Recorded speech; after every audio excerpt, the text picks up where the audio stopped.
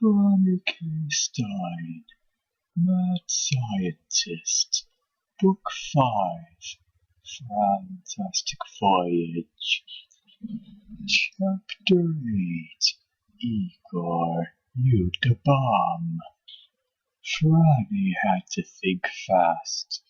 You really don't have that many options when your dog swallows a horrifically devastating explosive, and you only have 60 minutes to act. Ask anybody who's been in that situation. They'll tell you the same thing. Franny made some notes and considered the various choices. I could put Igor in a rocket and shoot him to the moon, but the blast would destroy the moon. I could encase Igor in a giant concrete block, but the explosion will be much too powerful to contain.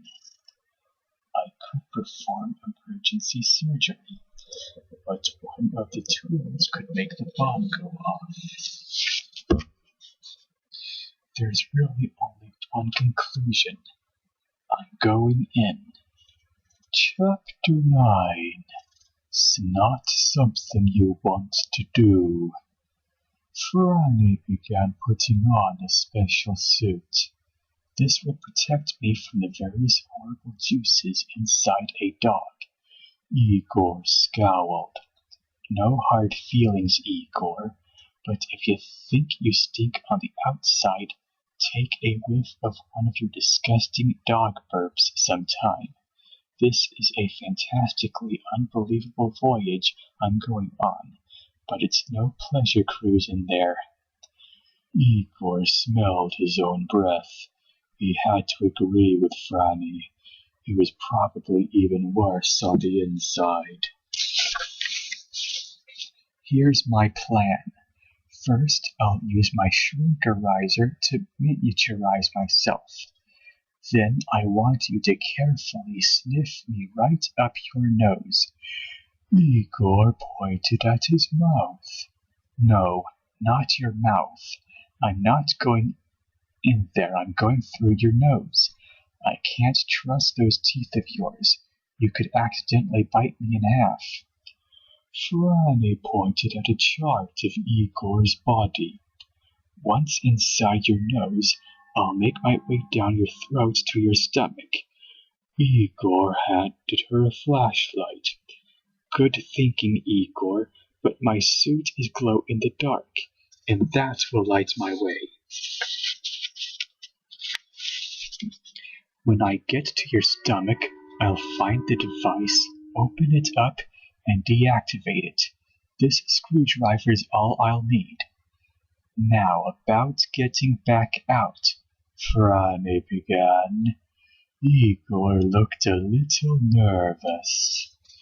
After I find the device and deactivate it, I'll call you on this walkie-talkie. Then you just lie down on your stomach, and that will make it easy for me to roll the device out like a big ball. I'll just walk right back out your nose. Igor nodded in agreement. Then I'll reverse the shrinkerizer with this remote control, enlarge to my normal size, and everything will be back just fine. I'll also be able to watch you on this little screen on my wrist, just to make sure you're okay throughout the procedure. You can even sit here and watch your dumb TV while you wait. Igor clapped his little paws together. Franny checked her watch. There were less than 45 minutes left. Everything seems to be in order, she said. What could go wrong? Chapter 10.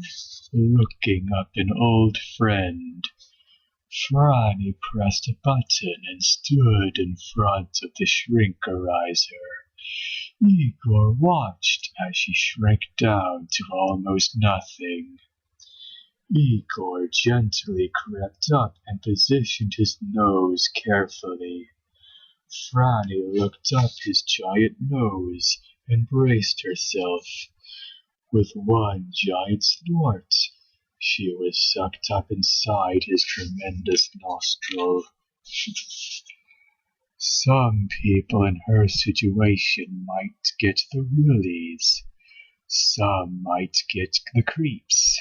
Some people might run home and jump in the bathtub and never, ever, ever stop washing.